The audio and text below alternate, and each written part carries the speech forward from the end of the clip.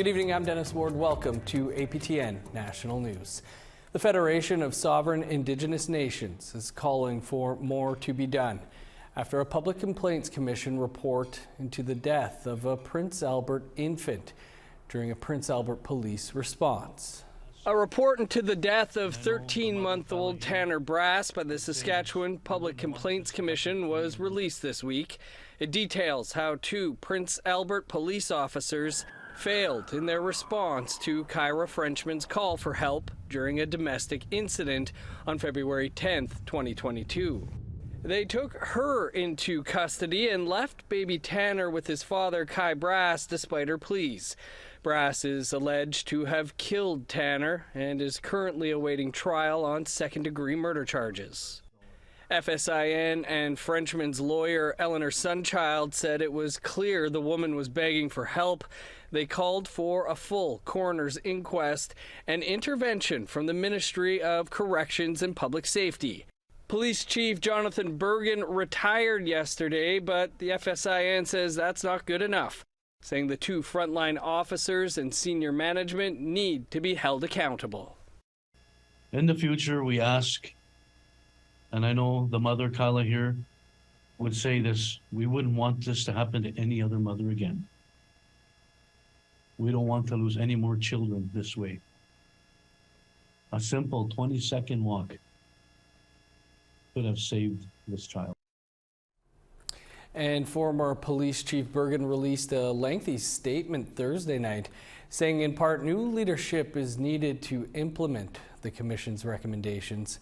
He also said he and his family have been subjected to anonymous attacks. Winnipeg's mayor says there is no municipal funding available to search area landfills for missing Indigenous women's remains. Mayor Scott Gillingham told reporters the city doesn't have any funding to contribute to area landfill searches. It's believed the remains of the victims of an alleged Winnipeg serial killer were disposed there. He was responding to a recent feasibility study which said it could cost up to $184 million to search the landfills.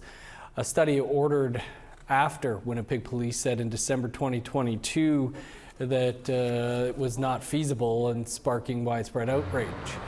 Gillingham said though the city can't help fund the searches, he has reached out to Indigenous leaders.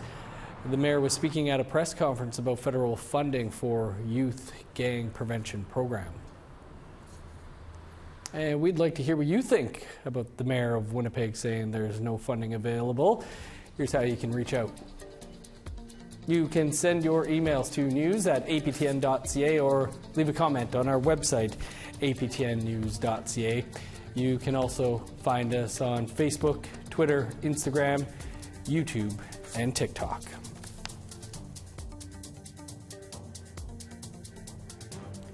A grieving Winnipeg father has started a drug awareness campaign in the wake of his son's death. He launched a No Thanks event in the northern city of The Pas, Manitoba. Joe Foray's son, Harlan Foray, was one of 4 people to overdose on a night out with friends last month in The Pas, but the only one who couldn't be revived. RCMP said the group thought they were taking a party drug, but it was laced with a toxic opioid. Foray says if Harlan had said no thanks when offered the drug last month, he'd still be here. Recreational drugs aren't safe today. You know, there's a silent killer that's lurking within them, and that's fentanyl. And you can still have fun and make it home and be alive the next day with just 2 words, you know, no thanks. With dozens of fires out of control in BC, Alberta, and Saskatchewan, many communities are experiencing poor air quality. Calgary has seen an air quality health index of 10 plus yesterday, the highest level that can be given. Yesterday, Edmonton activated an extreme weather response for air quality for the first time. The city has also experienced an air quality index of 7 or higher for 3 straight days. And the smoke is traveling east and south to Manitoba and the U.S. University of Alberta professor Dr. Doris Sturtevant says it can be dangerous to be outside when air quality is so low. Anyone who is outside at 10 plus may experience certain symptoms that are attributed to the poor air quality. So they may experience irritation to their eyes, nose, and throat. People may have coughing or wheezing, shortness of breath, difficulty breathing. So really at 10 plus, we're recommending that everyone stay indoors. A groundbreaking ceremony was held in Whitehorse to mark the construction of the Yukons' first Indigenous LED shelter.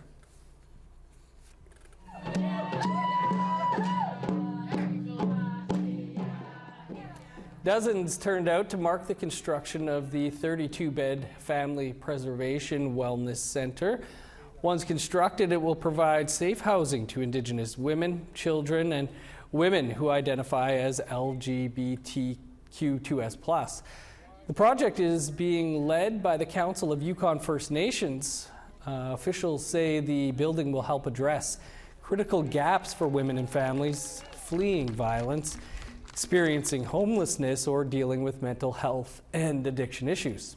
The shelter is expected to be open for occupancy in the fall of 2024. And how important prioritizing protection of women and children. Those are the lifeblood of our families, of our communities. Time to step aside for a quick break, but we've got Sports with Stranger coming up.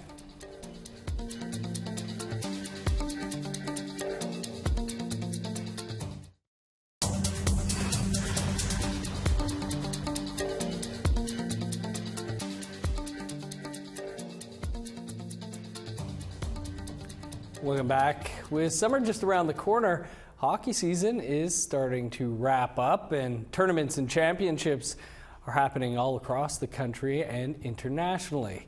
Here's Daryl Stranger now with a few Indigenous players making impacts for their respective teams. In the NHL, we are down to the conference finals, the final 4 teams left standing. The Florida Panthers versus the Carolina Hurricanes, and the Dallas Stars versus the Vegas Golden Knights. Now, Brandon Montour from Six Nations of the Grand River has played a starring role for the Panthers all season long, and these playoffs are no different. Zach Whitecloud from the Sioux Valley Dakota Nation in Manitoba is also a major contributor on the back end for the Vegas Golden Knights. And although his play on the ice has been great, a recent incident with an ESPN announcer making a joke with his last name made headlines. But Whitecloud addressed the issue, and he and the Vegas Golden Knights are now looking ahead to punching their ticket to the Stanley Cup final. In international news, Ethan Bear from the Ochapowace Nation in Saskatchewan is playing for Team Canada at the Men's World Hockey Championships hosted by Finland and Latvia. That tournament runs until May the 28th.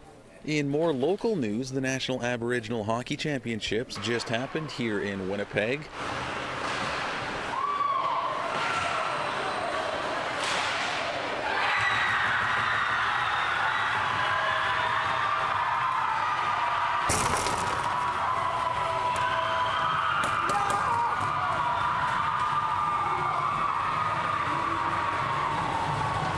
The championships are an annual event for the best under-18 Indigenous players in the country.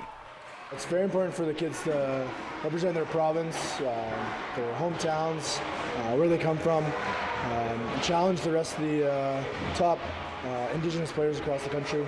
Not only is it a great tournament in regards to hockey, but the friendships that they build and that they make, the experiences that they have, learning more about their culture or a different culture in a different province is very important for the Indigenous kids to meet other people from around the country, to be here in Winnipeg, and experience the wonderful people here. It's just important because it's one of those things, have 1 year round where a bunch of, Indigenous players are playing in a big tournament. They get to come from all over Canada, to play one place and really connect with other people, I think, which is really great. It's a gathering of all like Aboriginal players from all over Canada, and it's really cool to see all the talent and skill, all the teamwork in like a short amount of time. This year saw both the men's and women's finals be played between Team Ontario and Team Manitoba. On the women's side, Ontario won 2-1, and on the men's side, Manitoba won 5-2. And just down the highway in Portage-la Prairie, the National Junior A Championships are being held. Playing a key role for the Saskatchewan champion Battleford's North Stars is Kobe Bear from Peguis First Nation in Manitoba. And there is some exciting news regarding the Fred Sasakimous Chief Thunderstick National Hockey Championship in Saskatchewan. APTN will be broadcasting the men's and women's final on Saturday and Sunday, with Clarence Iron doing play-by-play and John Chabot also joining him. You can watch the women's final Saturday at 8 p.m. Central and the men's final Sunday at 9 p.m. Central. That's just a little bit of what some Indigenous hockey players are up to across Turtle Island. Awesome stuff. Well, in other Fred Sasakimous news, this week the organization I Love First People returned to the Sasakimous First Nation in Saskatchewan for a special event to honor the legendary Fred Sasakimous. They held a viewing of the movie Bones and Crows and gave the school a very special gift. In 2016, the organization unveiled a stylized mural of Sasakimous' NHL rookie card when they did a screening of the movie Indian Horse in the community. The rookie card mural was returned to Sasakimous last night. Jose Lizion speaks for I Love First Peoples. We had shown the movie Indian Horse, which resonated so deeply with the life story of Fred Sasakimous, even though it wasn't necessarily portrayed to be his life story. We were so saddened when Fred passed away of COVID, and this banner that he loved so much, we felt belonged in the school. Fred, lived and breathed for the children of Sasakimous. To the arts now, and a story about West Coast art meeting Eastern Canada in the new museum exhibit at Montreal's Museum of Fine Arts, featuring the life's work of master carver and living legend Dempsey Bob. Lindsay Richardson was on hand for the show's opening. Here she is with more. That's how we got the wolf clan from her. This is more than just a museum exhibit. For the artist, it's more like a family reunion. Even now I can feel these guys. They're like my children, and I haven't seen them for a long time. And this one little piece was looking at me, this little mask, and saying, "Where the hell you been, Dad? It's 40 years, Haven't seen you for 40 years. This is Wolves, the art of Dempsey Bob, the first full career retrospective of the Talton Tlingit artist's work. The more than 60 pieces here were wrangled from private collectors, pulled from storage, or loaned out by the National Gallery. We never thought we'd get this far, like in one lifetime, because of where we started. You can't hold monuments up to yourself, because how you can get better, right? Bob is one of the most prolific carvers of the Northwest Coast. An Order of Canada inductee and recipient of a Governor General's Award. But when he started out, there was little interest or market for coastal art, something that started to change in the early 80s. The idea that he's reviving his culture is so important, because he was not allowed to carve, because his people were not allowed to express their culture, their religion for so long.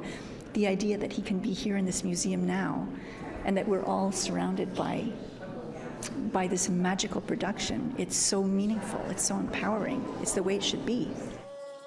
Historical coastal items are displayed as objects of curiosity in museums across the world, like these two totem poles at the Humboldt Forum in Berlin, purchased by an explorer for $65 back in the 1800s. If you compare it with costs for logistics or transport, it was much, much less. Institutions are slowly warming up to the idea of repatriating these cultural items. The National Museum of Scotland, for example, returned a stolen memorial totem pole to the Nisga'a Nation late last year. Bob says these items are important for education, but also important, acknowledging how they were used in the past. When we were in British Museum, we felt like the pieces want to come home with us.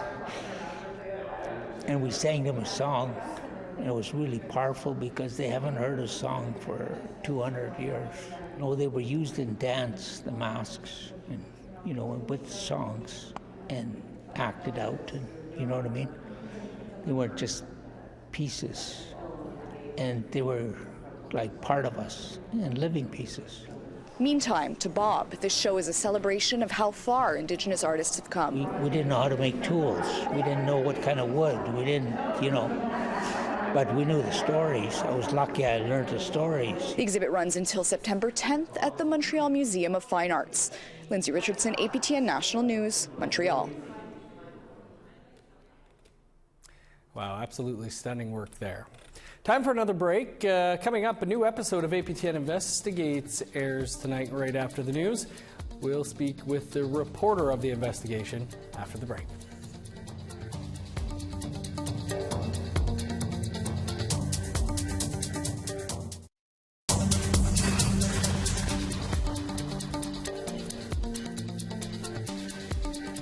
Welcome back. Time now for our photo of the day. And as night begins to descend on Yellowknife, our very own Charlotte Mork Jacobs sends us this photo of her guard dog and cat as they lay claim to their favorite piece of furniture. Thanks for that, Charlotte. Hope you're doing well. Send us your pictures to share at aptn.ca if you want to be featured as our next photo of the day. Now let's take a look at tomorrow's weather forecast. Starting on the East Coast, sunny and 23 for Fredericton, 15 in Halifax. +1 with snow for Kuujjuaq, rain and 6 in Nain. Showers and 23 in Montreal, rain and 18 for Val-d'Or. 13 with rain in Sault Ste. Marie, rain and 19 in North Bay. Showers and 15 for Thunder Bay, rain and 18 in Sioux Lookout. 13 for God's Lake, Norway House and Puckatawagan. 26 in Winnipeg, sunny and 25 for Dauphin. Rain and 27 in Regina, cloudy and rain in Saskatoon with the high 25. Smoky and 24 in Meadow Lake, smoky and 21 in Buffalo Narrows. In northern Alberta, smoky and 27 for Peace River, 24 and smoke in Fort McMurray. More smoke and 28 for Edmonton, Lethbridge and Medicine Hat. 22 for Vancouver and Victoria, 31 in Kamloops. 25 with rain in Prince George, 24 in Smithers. 17 in Old Crow, 18 for Whitehorse. 15 in Yellowknife, 24 in Norman Wells. +1 with snow in Sax Harbor, 15 for Pawlatuck. -4 in Chesterfield, 3 below in Whale Cove. -9 with snow in Resolute, 7 below with snow in Joe Haven.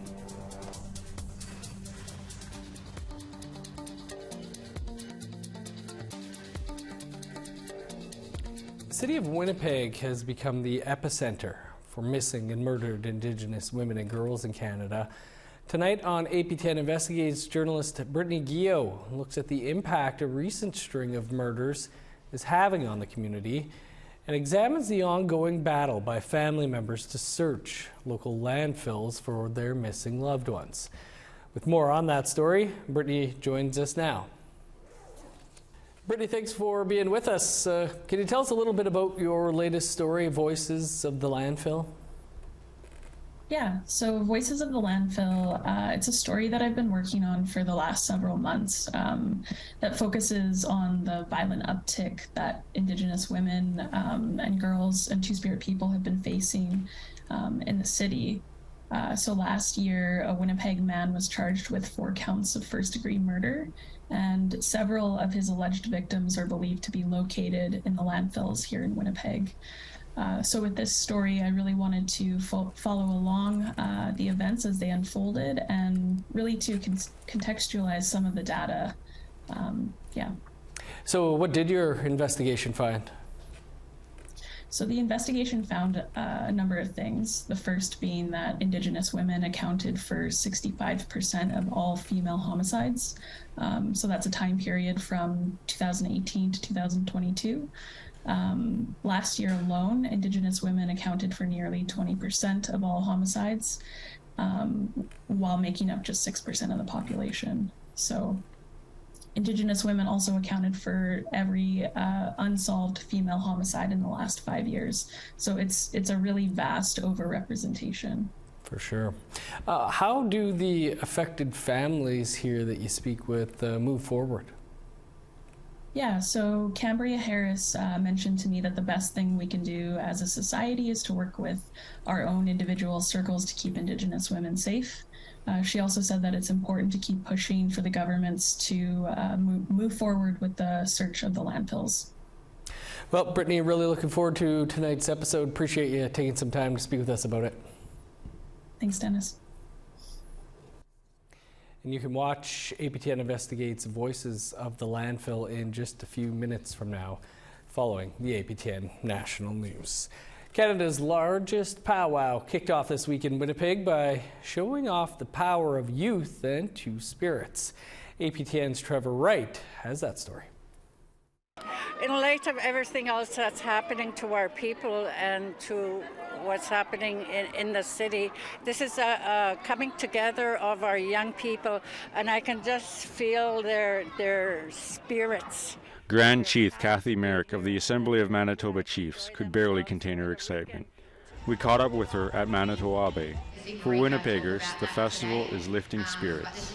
Kyron Potts, a two-spirit influencer, says gatherings like this are essential for the community. So it's hard not to have a good time and feel just giddy like a little kid when you're surrounded by so much good energy and all of these incredible performances. The Alexis Nakota Sioux Nation member is a public speaker, fashion model, and comedian. He is a proud two-spirit person and Indigenous content creator. He is a passionate advocate who works to improve Indigenous youth's lives. He says two spirits need to be in people's thoughts and prayers. Really just a call to action to people when they see a young person who's genderqueer or who may be two-spirit, to not only tolerate them and accept them, but celebrate them.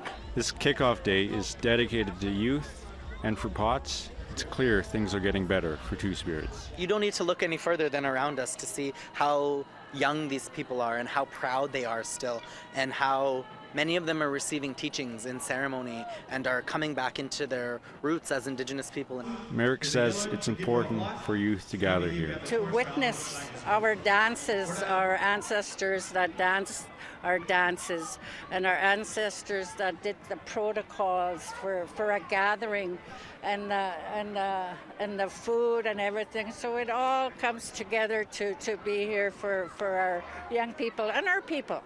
Manitowabi runs from May 18th until May 22nd. Awesome! Trevor Wright, APTN National News, Winnipeg. Thanks, Trevor. Our first report from Trevor, who will be based in Iqaluit. Manitowabi, always a great weekend. Get out there if you're in Winnipeg and have the chance to do so. You will not be disappointed, as you can see from Grand Chief there. Well, that's going to do it for us here on this Friday. There's always much more over on our website, aptnnews.ca. Stick around. APTN Investigates is up next. I'm Dennis Ward. Have a great weekend.